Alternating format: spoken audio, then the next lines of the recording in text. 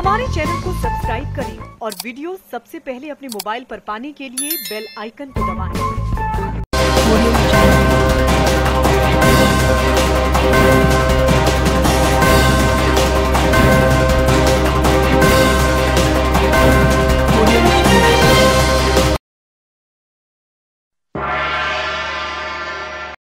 नमस्कार, मैं हूं अनिल पप्पा शेखरनाथ के 10 मिनट हैं और ये समय है बिग बुलेटिन का।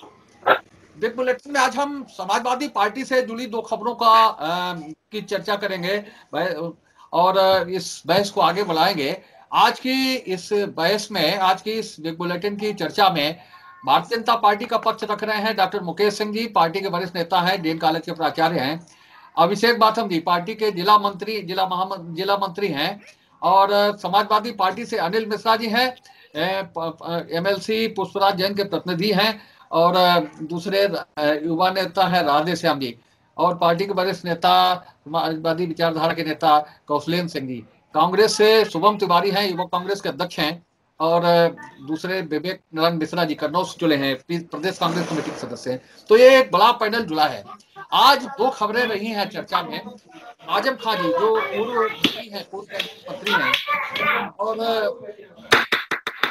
तो माहौल है उनके खिलाफ, सरकार में नहीं है समाजवादी पार्टी, जो माहौल है उनके खिलाफ, वो स्थिति यहाँ तक आ गई है कि जो 20,000 रुपए की लोकतंत्र सेनानी की पेंशन उन्हें मिलती थी वो भी रामपुर जिला प्रशासन ने शासन के निर्देश पर उसे बंद करा दिया है। बताते हैं कि 37 लोगों की लिस्ट थी वहां रामपुर में और वहां अब लिस्ट वो घट करके 35 लोगों की रह गई है। जिस समय आपातकाल का दौर था उस समय आजम खां अलीगढ़ यूनिवर्सिटी में थे और उस दौरान जेल गए थे और इस कारण जो अखिलेश यादव सरकार ने जो लोकतंत्र सेनानी पेंशन शुरू की थी, पहले 500 रुपए थी और बढ़ा दी गई, तो वो पेंशन जो है वो दूसरी उसी से जुड़ी खबर ये है कि समाजवादी पार्टी के संस्थापक मुलायम सिंह यादव की जो समधिन हैं, वहाँ नगर निगम में अधिकारी हैं, उन पर एक बार फिर गाज गिरी है। उन्हें निलंबित कर दिया गया है और भरी बैठक में जो नगर आयुक्त हैं वहां के, उन्होंने उन्हें बेइज्जत किया है और उन्हें निलंबित करवाने विरोध और सरकार दोनों स्थितियां आती जाती रहती हैं। लेकिन इस सीमा तक की जो स्थिति है और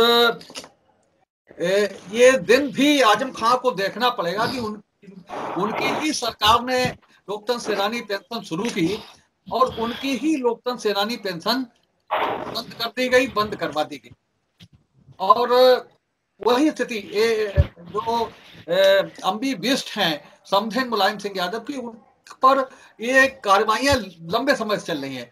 हम आपको याद दिला दें कि एक बार उनका तबादला यहाँ कर अधीक्षक के पद पर फर्रुखाबाद नगर पालिका कर दिया गया था और आप समझ सकते हैं कि जो नगर निगम का अधिकारी हो उसका तबादला एक बार फर्रुखाबाद नगर पालिका कर दिया गया था।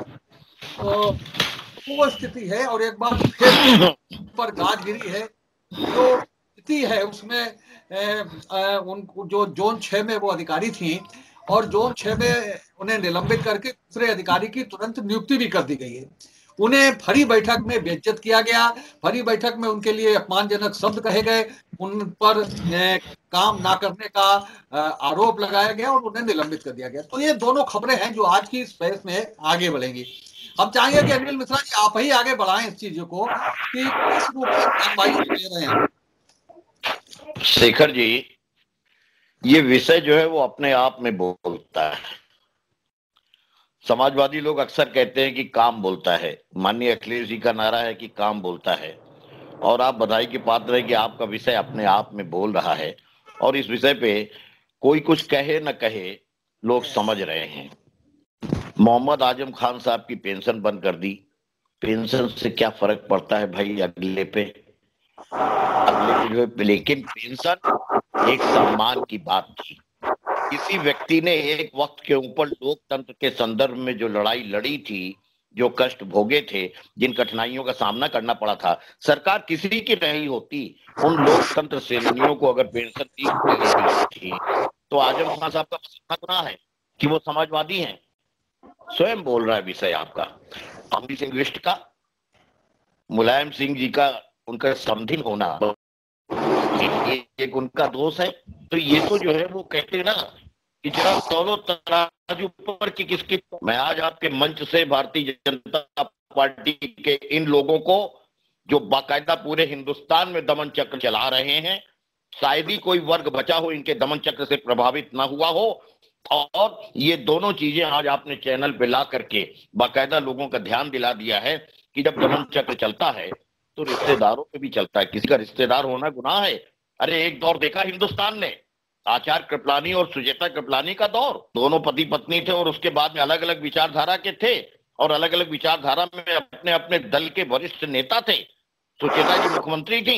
आज क्या स्थिति हो गई है? हमारा गुनाह है कि हम समाजवादी पार्टी में हैं, लेकिन एक बात बड़ी साफ समझ लें कि जबरदस्ती आप किसी से कुछ नहीं करा सकते, जबरदस्ती आप किसी को तोड़ नहीं सकते, मजबूर नहीं कर सकते।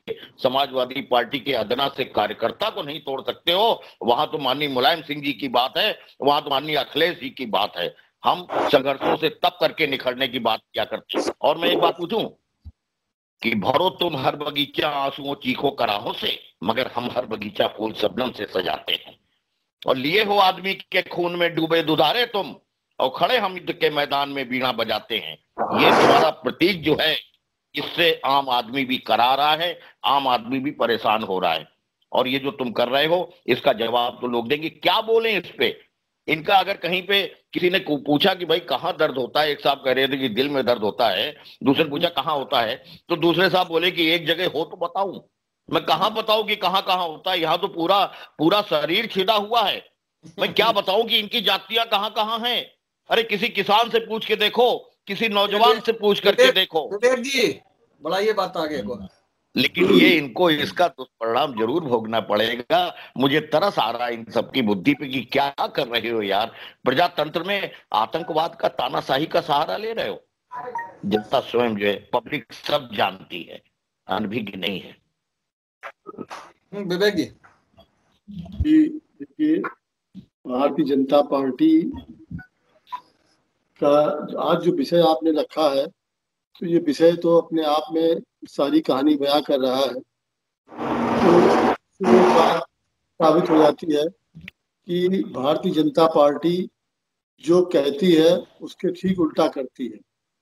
जो इनके नारे हैं वो केवल नारे मात्र, चाहे वो सुशासन का हो, चाहे वो नैतिकता का हो, चाहे सबका साथ का विकास का हो। हिंदुस्तान में सबसे ज्यादा नारे देने वाली अगर कोई पार्टी है तो भारतीय जनता पार्टी है। शायद 350 से ऊपर नारे अब तक ये दे चुके हैं जब से ये बीजेपी का प्रादुर्भाव देश में हुआ है। तो आज इन्होंने जो ये कृत्य किया है, ये सिर्फ एक बदले की भावना से किया है, और ये बदले की भावना किसी भी तरीके से उचित नहीं कही जा सकती है। प्रशासन चलाना, शासन चलाना ये अपनी एक बात है, लेकिन दुर्भावना से ग्रसित होके 500 रुपए की पेंशन मिलती है, फर्क नहीं पड़ने वाला। लेकिन आपको बदला लेने की बात है, इसलिए आपने पेंशन बंद करी। कोई अधिकारी गलती करता है, आपको नियम के हिसाब से दंडित करने का अधिकार है प्रशासन को, लेकिन सबके सामने भरी सभा में इस तरह से बात करना एक महिला के साथ में, तो ये सम्मान करना जानते हैं और ये बदले की भावना से कार्य करते हैं। तो ये इनकी कोई नई बात नहीं है, ये भाजपा का चरित्र है। और ये मुद्दों से भटकाने के इस तरह से लोगों पे इस तरह की कार्रवाई करते हैं ताकि जैसे ध्यान भी भटके कि उन्हें आजम सिंह की पेंशन बंद हो गई, लोग भाजपा वाले आएंगे, कि चलिए बहुत अच्छा काम इन्होंने किया। एक मुसलमान की पेंशन बंद कर दी, आजम था, तो और बढ़िया बात भाजपा के लिए। तो ये सब चीजें इनकी जो एक टीआरपी वाली राजनीति कर रहे हैं, जनता उसको समझ रही है। ये मूल मुद्दों भटकाने की एक कोशिश है। इससे और अहम चीजें पड़ी हैं, तमाम अधिकारी इससे आधा और भ्रष्ट पड़े हुए हैं, उनके बारे में कार्रवाई नहीं हो सकती है। लेकिन दूसरा इसका पहलू ये भी है कि अगर चुनाव का समय आ रहा है, हो सकता है कि कुश्ती में अपनी अपनी नूरा कुश्ती को एक तस्वीर को साफ करने के लिए भी कार्रवाई हो। आज आया है, सस्पेंड हो गई है, 2 दिन बाद के ये बहाल हो जाए, तो इसका ये भी एक पहलू हो सकता है। ये तो आज देश की सबसे बड़ी जरूरत है, प्रदेश की है कि आज जनता महंगाई से त्राही त्राही कर रही है। पेट्रोल के ऊपर उत्तर प्रदेश सरकार ध्यान दे, जीएसटी में लाने की मांग करे। युवा बेरोजगार हो रहा है, उसको देखे। जी शेखर जी, बात चाहे अम्बी-वेस्ट जी के निलंबन की हो, चाहे आजम खां की जो लोकतंत्र सेनानी पेंशन रोकने की बात सिर्फ एक ही तरह से केंद्रित है कि भाजपा में राजनीतिक वैमनस्यता चरम पर पहुंच गई है। जो उनके आगे घुटने नहीं टेकेगा उसे लगातार परेशान किया जाता रहेगा। ये बात अब सिद्ध होती जा रही है। इनके विपक्षी विरोधी नहीं रहे हैं, अब एक तरह से विपक्ष को कमजोर नहीं, अब खत्म करने की साजिश रची जा रही है। हकीकत ये है 22 में अब चुनाव आ रहे हैं। अब ये तो पेंशन और ये निलंबन ये छोटी चीजें हैं। हो सकता है अब सीबीआई SI को इधर या फिर ताल में ये चीज होगी। अपने सोचिए कि अपने ऊपर लगे हुए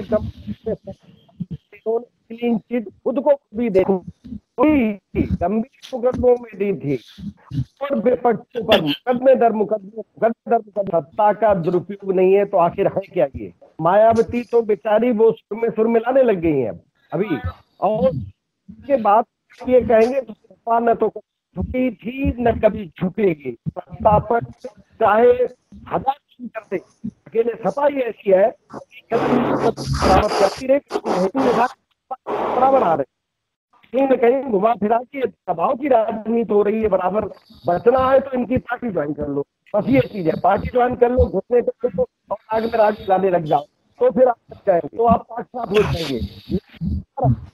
ये राधेश्याम जी हमने कहा में शामिल हो। अब जनता समझती है, पहले शुभम बोले बनाया जा सकता। देखिए अब पेट्रोल को बढ़ा रहे हैं, आप ये जीडीपी बढ़ा रहे हैं। देखिए हम इस विषय पे रहे, एक मिनट भाई साहब, हम अगर इस विषय पे चर्चा करें तो बहुत सी बातें जो हैं ऐसी हैं जिनको अछूता नहीं रहने दिया जाना चाहिए। कि पहली बात तो देखिए, भारतीय जनता पार्टी वही कर रही है जो इनका चाल चरित्र और चेहरा है। भारतीय जनता पार्टी एक तरफ तो महिलाओं के लिए बड़ा मुखर होकर महिला सम्मान की बात करती है, लेकिन इस सवाल का जवाब यहां बैठा भारतीय जनता पार्टी का प्रवक्ता नहीं दे पाएगा कि आखिर श्रीमती अम्बी बिष्ट जी को उस सभा में उस अधिकारियों की बैठक से बाहर जाने के लिए क्यों बोला गया। मैं दावा करता हूं यहां पर बैठे हुए भारतीय जनता पार्टी के पैनलिस्ट ये नहीं बोल सकते, और अगर बोले भी तो मैं उनके सामने एक सवाल रखता हूं कि जिस अधिकारी ने उनको उस बैठक से बाहर जाने के लिए बोला उसका अधिकार नहीं था ये बोलने का, क्योंकि उनकी वो जिस पद पर है उसकी केवल रिपोर्ट आयोग को दी जा सकती थी, पॉजिटिव या नेगेटिव, आपको ये अधिकार नहीं। अब मैं पूछना चाहता हूं आखिर उस वरिष्ठ अधिकारी को ये ताकत किसने मुहैया कराई और क्यों मुहैया कराई, और अगर ऐसा हुआ है तो भारतीय जनता पार्टी को अपने गिरेबान में झांक कर देखना चाहिए, और आज के बाद यहां बैठे हुए प्रवक्ताओं को महिला सम्मान को लेकर कभी टिप्पणी नहीं करनी चाहिए, पहली बात। दूसरी बात, जब आदरणीय आजम खान साहब की बात होती है तो कहीं ना कहीं मैं समाजवादी पार्टी के लिए भी जरूर बोलना चाहूंगा कि समाजवादी पार्टी ने अपने नेता को तो पहले ही इतना कमजोर करके छोड़ दिया है कि आज हमें नहीं लगता कि समाजवादी पार्टी के लोग उनके लिए जो बोल रहे हैं आप काफी देर कर चुके हैं, और शायद आजम खान साहब इस बात को आपसे ज्यादा बेहतर समझ चुके हैं कि जिन परिस्थिति में आपको उनके साथ खड़ा होना चाहिए था। अभी समाजवादी पार्टी के आदरणीय प्रवक्ता ने सीबीआई का नाम लिया, ये वो शब्द है ये वो डर है समाजवादी पार्टी का, जिसकी वजह से आज समाजवादी पार्टी अपने नेता के साथ खड़ी नहीं होती है। जो आज यहाँ 20,000 रुपए की जो बात कर रहे हैं, मैं बता देना चाहता हूं, भारतीय जनता पार्टी के वहीं रामपुर के एक पदाधिकारी ने एक आरोप लगाया था, जिसका आपने खंडन नहीं कर पाए साहब। आपको जवाब देना चाहिए था कि जब इमरजेंसी लगी थी उस दौरान आजम खान साहब इमरजेंसी की वजह से जो है इस उसमें लिप्त नहीं माने गए हैं, जबकि उनके ऊपर एएमयू में कुछ आपराधिक घटनाएं हुई थी, उसको लेकर मुकदमा दर्ज हुआ था। तो मैं पूछना चाहता हूं समाजवादी पार्टी के लोगों से कि भाजपा से सवाल पूछने से बेहतर है पहले इसका जवाब दीजिए कि आपके नेता के साथ जो स्थितियां बन गई हैं, इस पर आप आज तक मुखर क्यों नहीं हुए? क्योंकि ये भारतीय जनता पार्टी ने जो आपके ऊपर आरोप लगाया है, इसे लगे हुए लगभग साल भर का अरसा होने वाला है। आपने अब तक इसका जवाब क्या दिया कि आज जो उनकी पेंशन बंद करने की नौबत आ गई, समाजवादी पार्टी ने क्या किया? दूसरी बात कि समाजवादी पार्टी के अंदर जो व्यवस्थाएं हो रही हैं उनके नेताओं के प्रति, भारतीय जनता पार्टी इसका एक बेजा इस्तेमाल लगातार करती जा रही है। 37 में से 35 नाम देना, उनका नाम काट देना, अरे बहुत सी बातें रही हैं इस लोकतांत्रिक व्यवस्था में, लेकिन ये जो कार्रवाई भारतीय जनता पार्टी कर रही है, इससे ज्यादा नीचे जाकर सोचना, मुझे ये लगता है ये भी कहीं ना कहीं सिर्फ भारतीय जनता पार्टी की सोच में आ भी सकता है, और इसी को वो गिनवाएंगे कि ये हमने विकास किया है, क्योंकि और विकास करने को कुछ नहीं है। आपसी खुंदक निभाना, दूसरे को नीचा दिखाना, और चाहे महिला की बात हो चाहे किसी की बात हो, व्यक्तिगत रिवेंज की राजनीति करना भारतीय जनता पार्टी का चाल चरित्र और चेहरा बन गया। राधेश्याम जी, हमने कहा सबसे पहली बात तो ये है, आजम खान साहब के प्रति बड़ी नरमी बरती गई कांग्रेस की तरफ से, लेकिन इसी कांग्रेस की सरकार में जब इमरजेंसी लगी थी तो उनके साथ क्या सलूक हुआ, और उसी की देन है कि लोकतंत्र सेनानी कहते और उसको आज भाजपा ने बंद किया। अगर इतनी बड़ी उनके साथ वो उनको थी तो फिर काहे के लिए ऐसा उस समय किया था इन लोगों के साथ जो ये नंबर आज आया। दूसरी बात, हम उनके साथ हैं और ये अंदर की बात है, हम आपको नहीं बता सकते हैं, हम अपनी रणनीति आपको क्यों बताएं?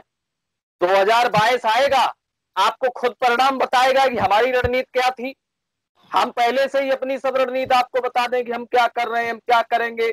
तीसरी बात जो सामने आई सीबीआई, ये वो डर है समाजवादी पार्टी का जो बोलने नहीं देती है।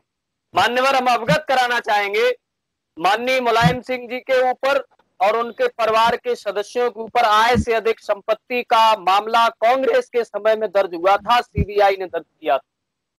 भारतीय जनता पार्टी की जब सरकार आई तो उन्हें क्लीन चिट मिली और ये जांच में ये चार्जशीट फाइल हुई कि आय से अधिक संपत्ति के कोई सबूत नहीं मिले। ये डर तो साहब आपके पास भी ये चाबी थी, जब आप उस दरवाजे के बाहर खड़े थे तो उस ताले में चाबी तो आप भी वही लगाते थे। तो निश्चित तौर पर कांग्रेस और भाजपा कहीं न कहीं एक ही सिक्के के दो पहलू हैं, और समाजवादियों को तो आज समाजवादी विपक्ष में भाजपा के खड़े हैं तो भाजपा पीट रही है, जब कांग्रेस के विपक्ष में समाजवादी खड़े थे तब कांग्रेस भी पीट रही। ऐसा नहीं है, जितना भयानक चेहरा आज सरकार का नजर आ रहा है उससे कहीं ज्यादा भयानक चेहरा उस समय सरकार का था। उसका कारण यह है, शुभम जी बड़ी जिम्मेदारी के साथ नहीं, उसका कारण यह है कि पहले खबरें वही छपती थी जो युवराज चाहते थे, खबरें चैनल पे वही चलता था जो मैडम गांधी चाहती थी। सूचना प्रसारण मंत्रालय छीन लिया गया था तत्कालीन सूचना प्रसारण मंत्री से और दूसरे को बनाया गया था जो स्टैम्प पैड था। दूसरी चीज कि आप ये बताओ, हम तो आज आपको ही टारगेट करेंगे क्योंकि आपको टारगेट करने, अरे तो कैसे करो बच्चा मेरे, आप भी बताओ कि आपके संबंध में लोकसभा में किसी महिला सम्मान की जो बात आप कर रहे हो, महिला सम्मान की, जब अरे भाई महिला सम्मान की बात कर रहे थे, जो महिला सम्मान की बात कर रहे थे जब पार्लियामेंट के अंदर किसी एक महिला को जर्सी गाय बोला गया। पहला जो प्रकरण है आजम खान जी का, उसका जवाब कांग्रेस के प्रवक्ता ने भी दिया है कि वो लोकतांत्रिक समय पर वो उस आंदोलन में नहीं थे, उसके खिलाफ आपराधिक मामले हुए थे और साल भर पहले से ये प्रकरण सामने आया। उस पर कोई सकारात्मक या कोई नहीं दिया जा सका। अंत में प्रशासनिक और शासनिक स्तर पर वो पेंशन बंद की गई, उसमें कोई राजनीति नहीं, तो एक कानूनी पहलू है। दूसरा प्रकरण हम बता दें आपको कि जहाँ तक उत्तराखंड का मामला है, एमबीबीसी जी के साथ सरकार का गलत व्यवहार किया गया। नहीं समझ पा रहे हैं कि अभी जो हमारी अखड़ा मिश्र जी है या उत्तर प्रदेश में मुलायम सिंह जी की, उन्होंने 11 लाख रुपए मंदिर ट्रस्ट के लिए दिए। अगर ऐसा ही था, इतना चुनाव इतनी वो बात थी, तो हमें लगता है कि समर्पण निधि में 11 लाख रुपए दान नहीं देती। क्या ऐसा कारण रहा कि दूसरे प्रदेश का भी मामला है? हम समझते हैं किसी भी अधिकारी ने अगर इस प्रकार की बदतमीजी की है, क्या जो भी उनके साथ गलत है, और उत्तराखंड की सरकार के साथ, अधिकारी के साथ महिला के अपमान का मामला दर्ज करना चाहिए, उसके खिलाफ कार्रवाई करनी। उत्तराखंड सरकार की बात नहीं है, लखनऊ में है, बलात्कारी हैं। उत्तराखंड में नहीं है, उत्तराखंड नहीं है। अच्छा, लखनऊ में कर देना, हमको जानकारी नहीं थी। तो इस प्रकरण पर हम सरकार को भी संज्ञान लेना चाहिए कि अगर ऐसा कोई मामला है तो उसके लिए कानूनी घटना के साथ बद्धता करना बहुत गलत बात है और उसके खिलाफ जरूर कानूनी कार्रवाई होनी चाहिए। हम भी सरकार से चर्चा करते हैं कि भाजपा की सरकार है, वो सबसे माननीय जी, इसका संज्ञान अवश्य है। अगर उसने सरकार अपमान किया है तो उसके खिलाफ कार्रवाई होनी चाहिए। दूसरा प्रकरण बता दें कि काफी देर से इसको राजनीतिक रंग दिया जा रहा है। ये दोनों प्रकरण राजनीतिक रंग के हैं ही नहीं। जहां तक हम समझते हैं ये कानूनी कार्रवाई है, उसके द्वारा किया जा रहा है। हम नहीं चाहते हैं कि लोकतांत्रिक प्रक्रिया है, लोग अपनी बात कहें, हम लोग उसको आगे बढ़ाएं। जो भी मुद्दे हैं, विकास के मुद्दे हैं या दूसरे मुद्दे हैं, जहाँ समझ में आता है आप लगातार करिएगा। महंगाई आ रही है, आप उसका विरोध करिएगा, कहाँ मना किया जाता है। सब कहते हैं कि आप बाकायदा पेट्रोल की कीमतें बढ़ रही हैं, गिरनी चाहिए, लेकिन ये इन बातों को लेकर के हमें लगता है कि ये कहते हैं कि नहीं, जनता देख रही है। जनता सब जगह देख रही है। पहले 2014 में भी देखा, 19 में भी देखा, अच्छा 2022 में भी देखी, गुजरात के नगर निगम चुनाव में भी देख रही है, दूसरी जगह देख रही है। आप लोग जब तक विकास के मुद्दों पर नहीं आएंगे और केवल छोटे छोटे मुद्दों पर राजनीति करेंगे, हमें लगता है कि जनता फिर आपसे होती चली जाएगी, आगे नहीं। अनिल जी सुन लिया आपने? राधे साहब अपनी ऑडियो खोल लो। इस वक्त तक सबको सुना है मैंने और बड़े अलग अलग जो है कुछ मुद्दे जो है उभर करके आ गए। ऑडियो खोल लो अपना। एक वक्त पे एक गाना बड़ा मशहूर हुआ था, मुरो जुल्मी पिया। भारतीय जनता पार्टी को अपने जो है वो पार्टी के नाम के साथ विशेषण लगवाने का शौक रहा है। पहले कभी किसी ने कह दिया भारतीय झूठी पार्टी, अब आज यहाँ पे आ गया है कि जहां लोग कहने लगे हैं बड़ी जुल्मी पार्टी। चाहे किसी वर्ग से बात करो, बड़ी जुल्मी पार्टी। एक तो ये रहा। दूसरे बड़ी मजेदार बात आई है, एक साहब कत्ल हो गए, एफआईआर लिखाई जा रही थी। सवाल ये किया गया, बजाय इस बात को कहने के कि सब कत्ल जो है गुनाह है, ये कत्ल क्यों कर दिया, इसके छोटे छोटे बच्चे हैं, सवाल ये किया गया कि भैया तुम्हारा भाई जो है वो अपने क्या कर रहा था उस समय के ऊपर, वो कैसे वहां पे चुप रह गया बंदूक के साए में। चलिए ये भी अपने बात आई और ये चली गई।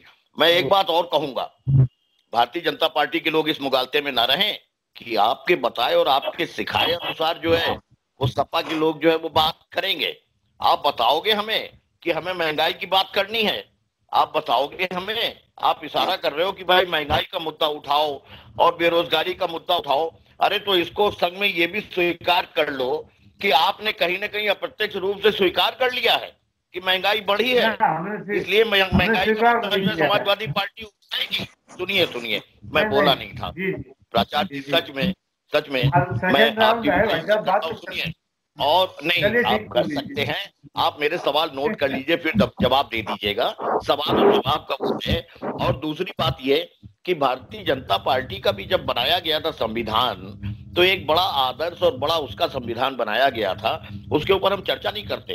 हम आपकी बड़ी इज्जत करते हैं, तो उसको भी हम एक राजनीतिक दल के नाते, चाहे वो हमारे विपक्ष का राजनीतिक दल क्यों ना हो, हम उसको भी जो है अपनी पूरी की पूरी इज्जत देते हैं। और प्राचार्य जी आपकी तो अलग इमेज है। हाँ, एक बात जरूर है कि जब कहने के लिए कुछ नहीं होता है, तो उसके बाद में कहीं ना कहीं कहते हैं मारो मत जाने दो। अब अनिल भाई ने मारो के आगे लगा दिया। नहीं, मैं एक बात और मुद्दा उठा रहा हूं, उसके बाद सुनिए, मैं एक मुद्दा और उठा रहा हूं अनिल भाई, आखिरी मुद्दा उठा रहा हूं। ये एक फैशन चल गया है भारतीय जनता पार्टी का, ऊपर से लेकर के नीचे तक, कि अब जब भी कोई गलती होती है संवेदना हो जाती है, उन्नाव की लड़कियों को श्रद्धांजलि दे दी जाती है, अधिकारी जो है अगर दोषी है तो कार्रवाई हम कर देंगे। आज भी यही बात आ गई कि उस अधिकारी को ये बात नहीं करनी चाहिए थी। मैं यहां से एक अनुरोध कर रहा हूं आपके चैनल के माध्यम से कि इस वक्त के ऊपर उत्तर प्रदेश के वो प्रशासनिक अधिकारी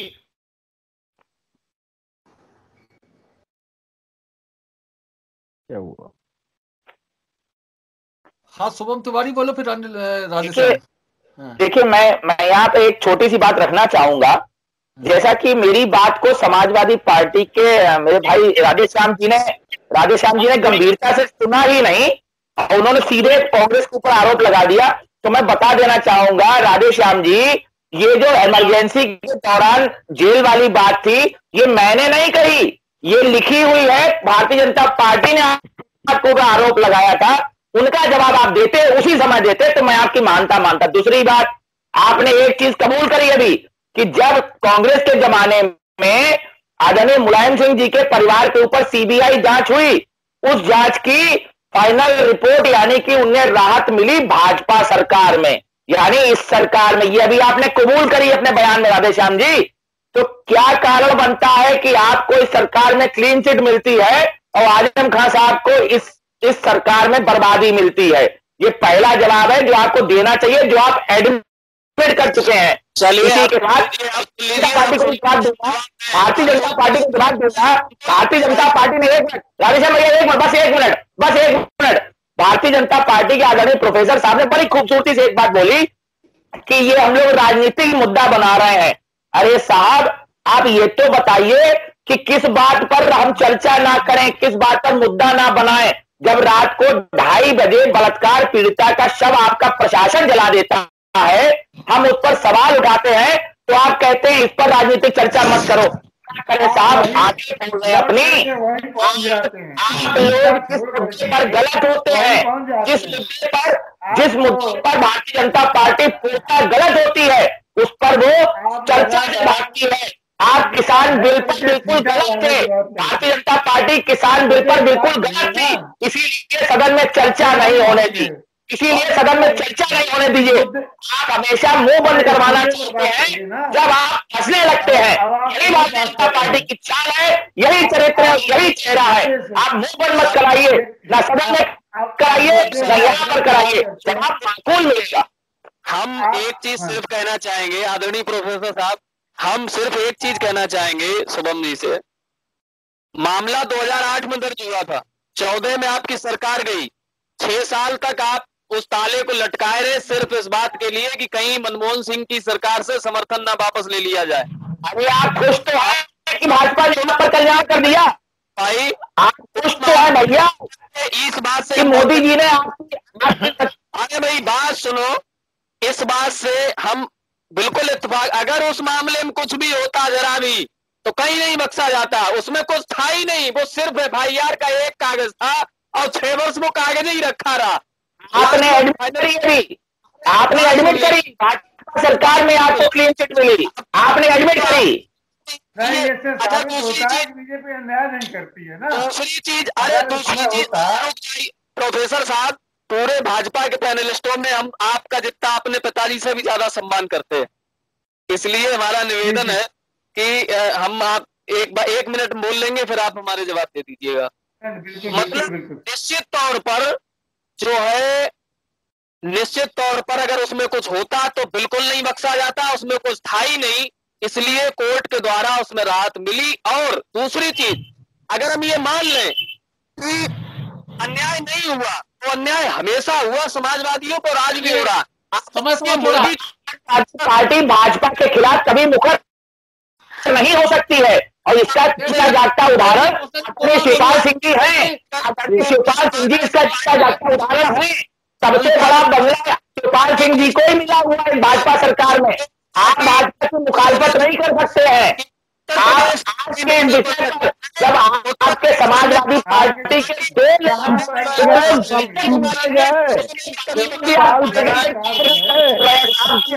समाजवादी पार्टी का कि आज आपके भाजपा से हम रहेंगे। समाजवादी पार्टी की पार्टी से मैं निवेदन करता हूँ, इतना मुख्य भाजपा से पूछने की हिम्मत होती तो जनता भी आपके साथ खड़े होने का प्रयास करती। साहब सच्चाई कबूलिए, सच्चाई कबूलिए। आप मुद्दों के आगे भारतीय जनता पार्टी से सवाल उठाने की ताकत नहीं रखते हैं। किस बिहार पर 2022 तक अपना साहब आप सवाल पूछ रहे हैं, भाजपा से पूछने की ताकत नहीं है क्या साहब? आप मेहनत ना करिए, जिन प्रदेशों में आपका कुछ है या कुछ नहीं है, आप मेहनत मत करिए, यहाँ विकल्प हम ही है। ये मुंगेरी लाल के हसीन सपने हैं।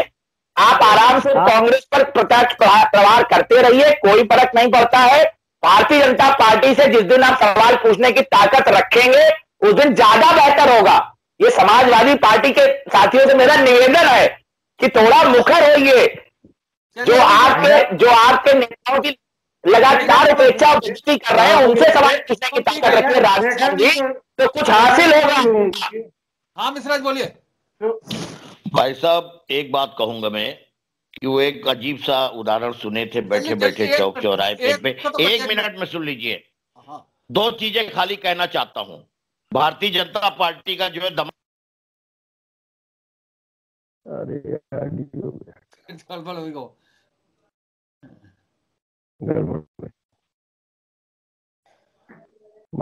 विवेक जी एक मिनट बोलिए जल्दी से। विवेक जी एक निवेदन कर रहा हूँ, केवल एक निवेदन, एक लाइन जो के ऊपर कैमरा घूम गया मिश्रा जी। हाँ जी हमने एक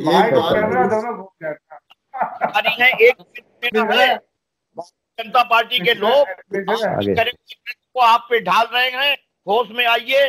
भारतीय जनता पार्टी के मुकाबले में दमन चक्र करिएगा, वरना जिम्मेदारी आपकी की बोली गई है। महापंचायत बुलाइएगा ना।